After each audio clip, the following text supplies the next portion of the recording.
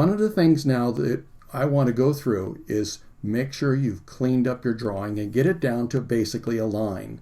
Now I have some of the value that I had on there from last week just to show you where the contours would be, and you can designate these things in a number of ways. It's good to know where the contours are, and where we see the bottom of the cheek, it lines up with this, and we might glance over again with our angle technique, our visual angles, and we'll see how things match up. So we know where to put the bottom of the cheek.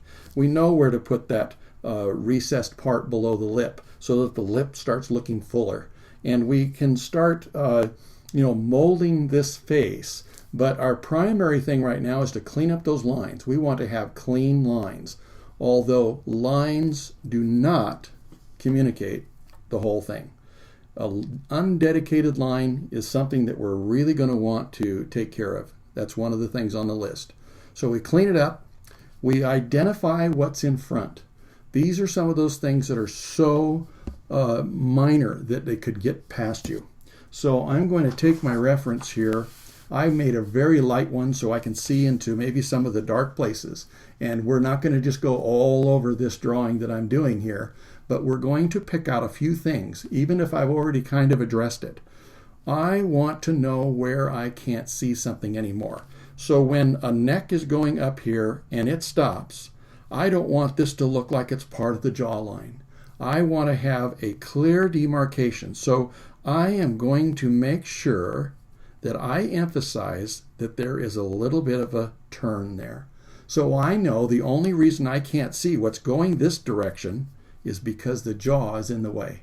So what I'm saying is decide what is in front, what you can't see anymore because it's blocked from your view.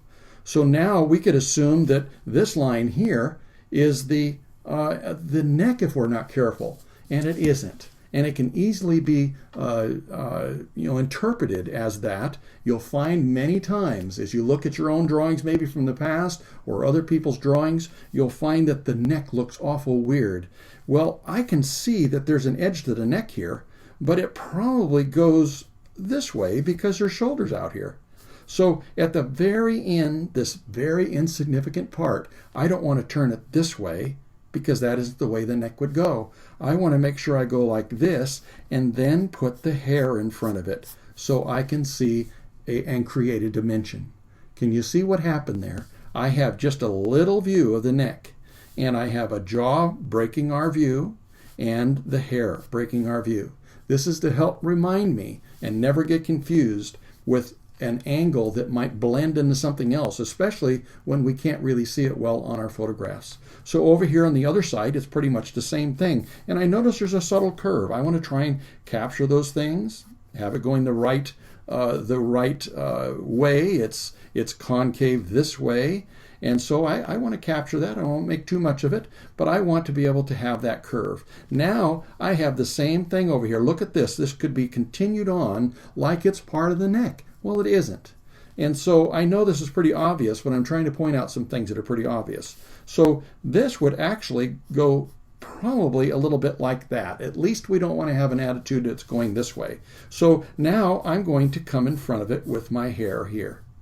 Now we have the opportunity to see that we have a little window through here, and we're seeing her neck past her hair. And we're seeing what's visible of her neck below the jawline and the chin because it's blocking that upper part. If we were looking more underneath, this would probably be a contour. We wouldn't see a clean edge. And that's one of the things you really want to be able to identify. You want to be able to take quickly your opportunity to dedicate the line. Now, when we dedicate the line, I may see a lot of value over here, but I can very quickly go ahead and dedicate the line and quickly show what way the light is going. Even if it's just my perception, my logical reasoning, I know that this is an edge to the neck and everything this way is dark out to a certain point.